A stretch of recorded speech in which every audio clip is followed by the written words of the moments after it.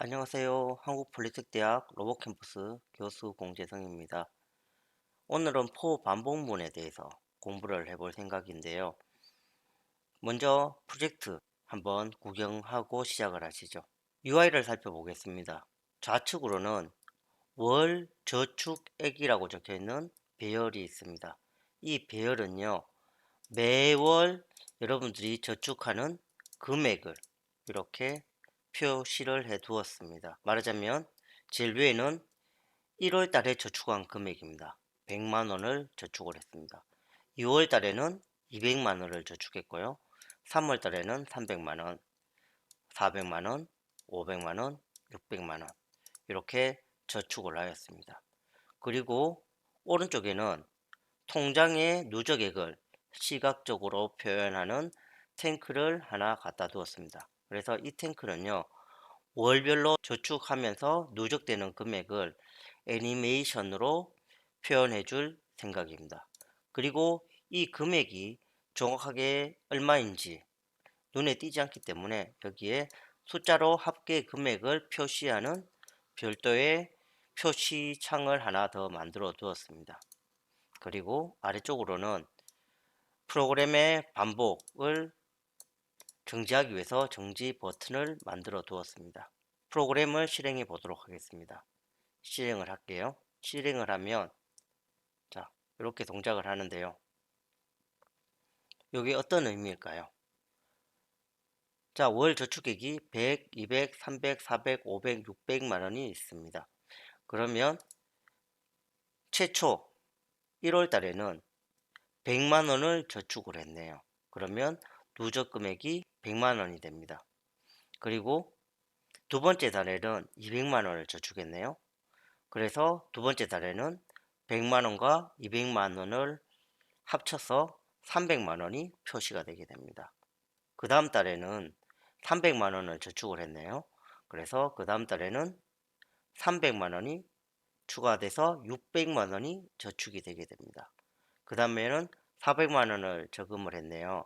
그러면 합쳐서 1000만 원, 1500만 원, 2100만 원. 그게 월별로 누적해서 애니메이션으로 보여지게 됩니다. 다시 실행해서 보겠습니다. 100, 300, 600, 1000, 1500, 2100 이렇게 동작을 하지요. 자, 이 상태에서 우리가 월 저축액을 추가해 보겠습니다. 7월 달에는 우리가 해외여행을 가서 300만 원을 지출을 했다고 한번 해볼게요. 300만 원을 지출하면 어떻게 될까요? 최종 2100만 원에서 300만 원을 빼야겠죠. 그러면 어떻게 되나요? 1800만 원. 자, 그렇게 되는지 한번 볼까요? 누르면 300, 1800만 원. 확인하셨나요? 1800만 원이 돼요. 그 다음 달에도 한번 더 넣어 볼게요. 또 200만 원을 더 지출했습니다. 최종 1800만 원에서 200만 원을 더 지출했으니까 1600만 원이 돼야겠네요. 자, 확인해 보겠습니다. 보셨죠? 2100만 원, 1800만 원, 1600만 원으로 줄고 있습니다.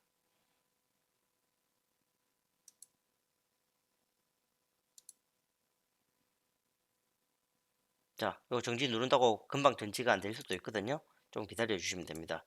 자, 그러면 이 프로그램 어떻게 짤까요? 기존에 while 반복문은 있잖아요. while 반복문으로 해도 되는데, 자, 이 경우에는 for 반복문을 사용하는 게 더 효과적입니다. 그러면 for 반복문에 대해서 우리 좀 알아봐야 되잖아요.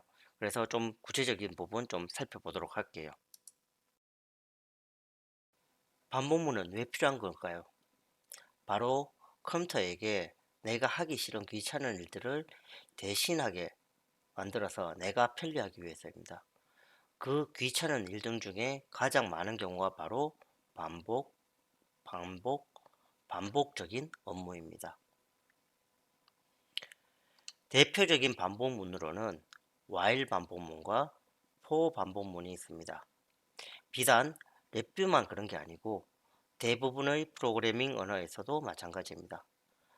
반복적인 작업을 하는데 왜 귀찮고 머리 아프게 두 가지나 따로 만들어 놨을까요?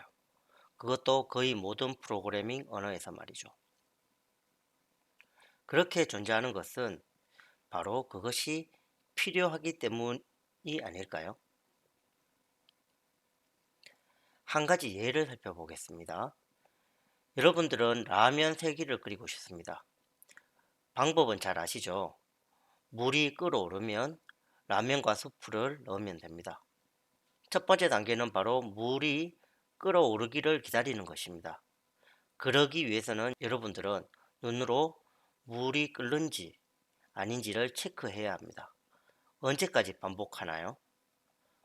물이 끓어오를 때까지 체크를 하면서 기다림을 반복해야겠죠.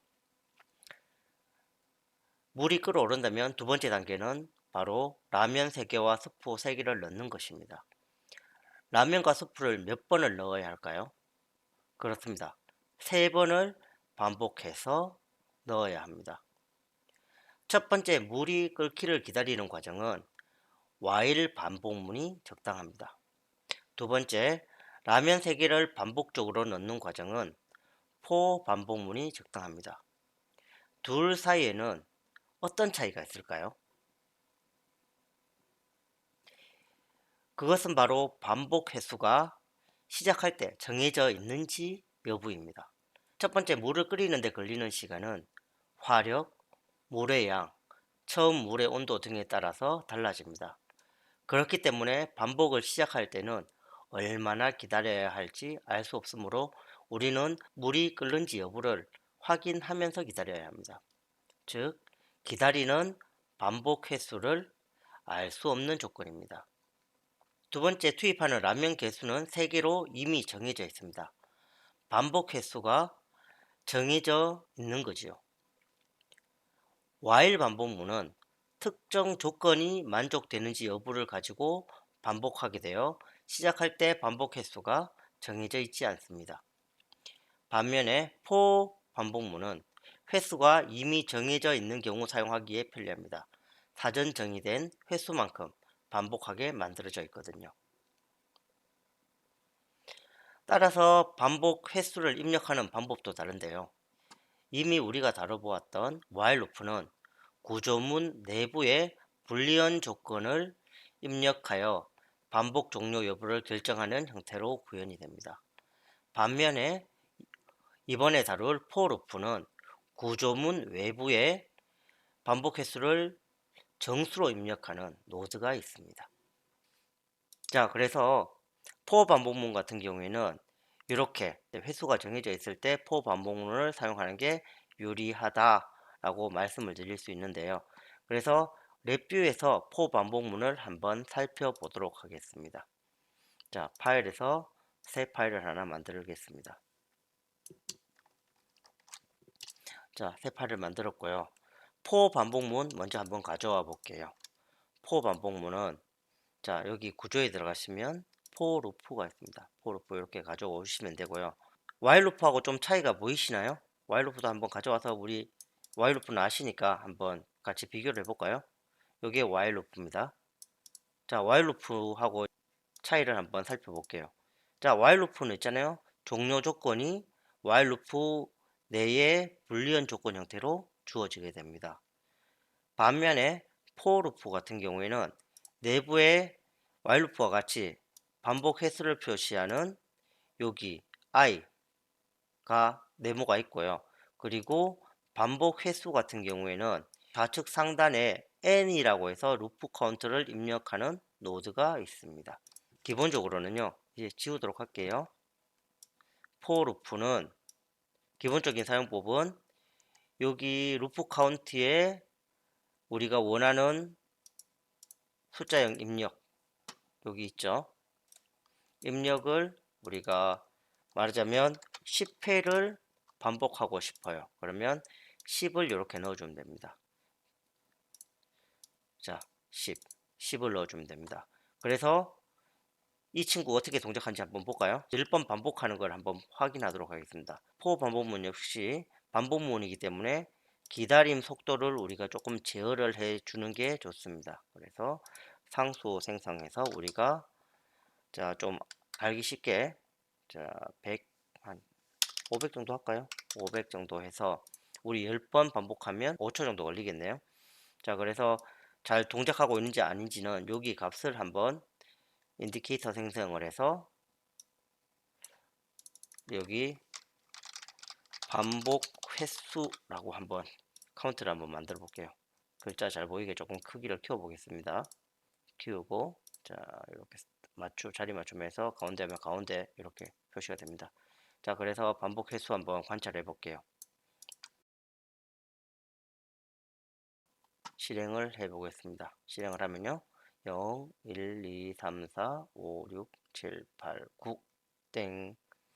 자, 우리가 10번 반복한다고 했었죠. 여기 i에 나오는 값은 0부터 시작합니다. 0, 1, 2, 3, 4, 5, 6, 7, 8, 9 이렇게 반복했죠. 즉 10번입니다. 10번. 10번 10번 반복했다는 얘기입니다. 10번 반복했다는 얘기고요. 자, 요게 기본적인 사용법입니다. 그래서 우리가 10번 반복하고 싶다라고 하면 우리가 원하는 함수를 여기에 뭐 말하자면 더하기 함수, 더하기를 10번 하고 싶다라고 하면 더하기 함수를 여기에 넣어주면 10번 반복해서 더하게 되겠죠. 이렇게 넣어주면 된다는 얘기예요. 네. 내시고요. 그런데 랩비의 while 루프는 굉장히 재밌는 기능이 하나가 있습니다. 배열 같은 것을 우리가 사용할 때 배열을 한번 만들어 줘 볼게요. 데이터 컨테이너에 배열을 만들고요. 여기에 숫자를 이렇게 넣어 줘 볼게요.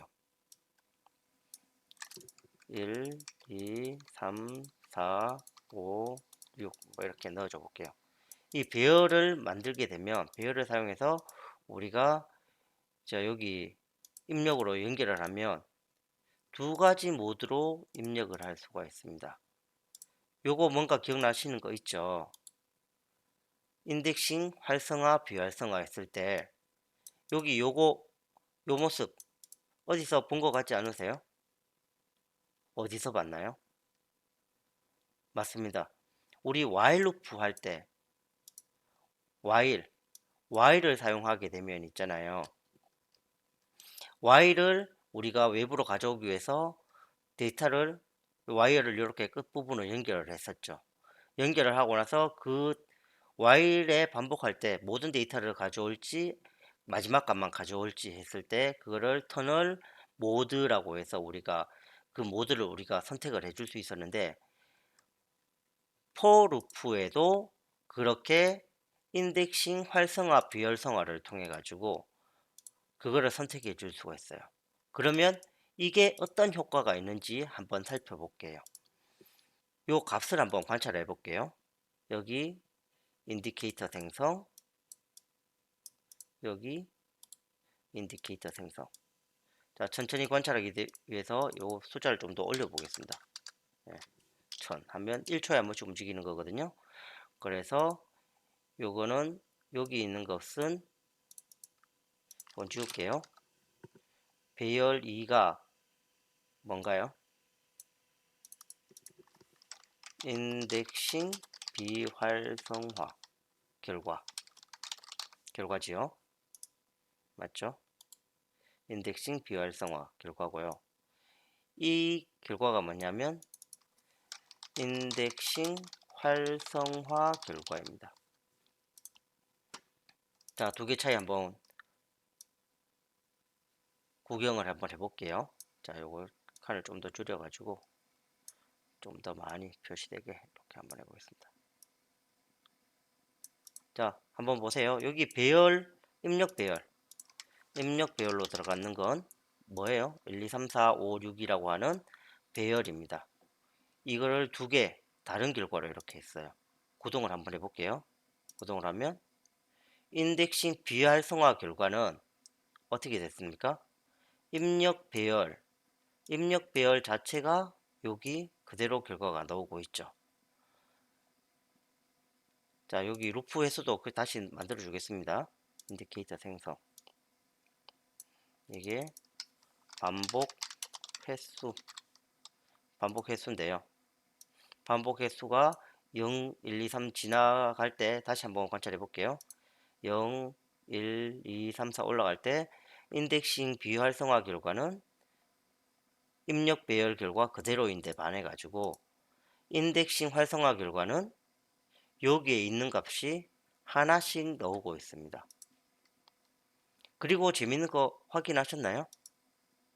우리 for 루프에 반복 횟수 입력을 했나요?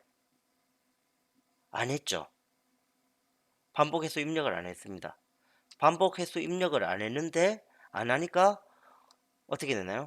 이 입력 배열에 원소 수만큼 반복을 했습니다. 자, 여기에 우리가 n의 상수값을 한번 넣어줘 볼게요. 5라고 한번 넣어줘 보겠습니다. 5. 그리고 반복을 한번 해보겠습니다. 실행. 2, 3, 4, 종료. 보셨나요? 자, 요게 없을 때는요. 1, 2, 3, 4, 5, 6까지 나왔죠. 그런데 여기에 값을 넣어주면 3, 이렇게 3만 넣어줘 볼게요. 하면 1, 2, 3 종료됐습니다. 뭔지 아시겠어요? 이 for 루프는 굉장히 독특한 이제 기능을 가지고 있는데요. 뭐냐 하면 우리가 기본적으로 루프 카운트에 반복 횟수를 넣게 되면 이 값이 우선적으로 적용돼서 반복이 이루어집니다. 하지만요, 여기에 루프 카운트가 입력되지 않는다라고 하면 어느 입력 배열에 인덱싱된 어떤 값이 있으면 이 원소의 개수만큼 반복이 되는 특성이 있습니다. 말하자면 지금 6개 있었죠? 6개 있으니까 실행을 하면 2, 3, 4, 5, 6 이렇게 됐죠. 6번 됐죠. 그런데 우리가 여기 개수를 늘려 보겠습니다. 7, 8, 9. 자, 9개로 늘렸거든요. 실행을 하면 2, 3, 4, 5, 6, 7, 8, 9. 그렇습니다. for 루프는 정리를 해드리겠습니다. for 루프는 루프 카운트에 값을 놓으면 이게 반복에 우선한다. 그리고 우리가 필요에 따라서는 입력 배열에서 값을 터널을 만들어주고 그 터널을 이제 인덱싱을 활성화해서 넣게 되면 그 배열에 있는 원소가 순차적으로 나오게 되는데 그 원소의 개수만큼 동작하게 된다 라는 겁니다. 우리가 필요에 따라서 고정 반복 횟수를 입력을 해서 사용할지 아니면 좀 유동적으로 입력 배열을 인덱싱하기 모드로 넣어서 반복을 진행할지를 우리가 선택해서 응용할 수 있다는 얘기가 되겠죠. 그리고 제시한 목표 프로그램을 구현을 하기 위해서는 한 가지 추가적으로 사용해야 되는 기능이 있는데요. 바로 Shift 레지스터입니다. Shift 레지스터. Shift 레지스터 추가. 우리 입력 배열에 있는 저축액을 누적하기를 바라잖아요. 그 누적한 값이라는 것은 어떻게 구현을 하면 될까요? 굉장히 흔하게 사용하는 어떤 방법입니다. 어떻게 사용해요? 바로 Shift 레지스터를 사용해서 값을 누적해 주는 거예요. 그래서 입력 배열에서 값이 들어가게 되면 그 결과 값을 다음 프레임에 연결을 해서 누적을 해주면 됩니다. 자세한 내용은 한번 여러분들이 생각을 해 보시고 실제 프로젝트 구현하는데 한번 생각을 해 보시기 바랍니다. 제시한 목표 프로그램을 작성하기 위해서 여러분들이 필요한 지식들을 알려드렸습니다. 지금 알려드린 부분 잘 활용해서 다시 말씀드릴게요. 자, 여기에 월 저축액이 통장 누적액으로 탱크에 이렇게 표시되는 프로그램을 구현하시면 돼요. 우리가 저축액에 여기에 칸수를 계속 누르면 유동적으로 자기가 알아서 누적액을 애니메이션으로 표시해주는 프로그램을 구현하시면 됩니다. 자, 프로젝트 시작해 주십시오. 감사합니다.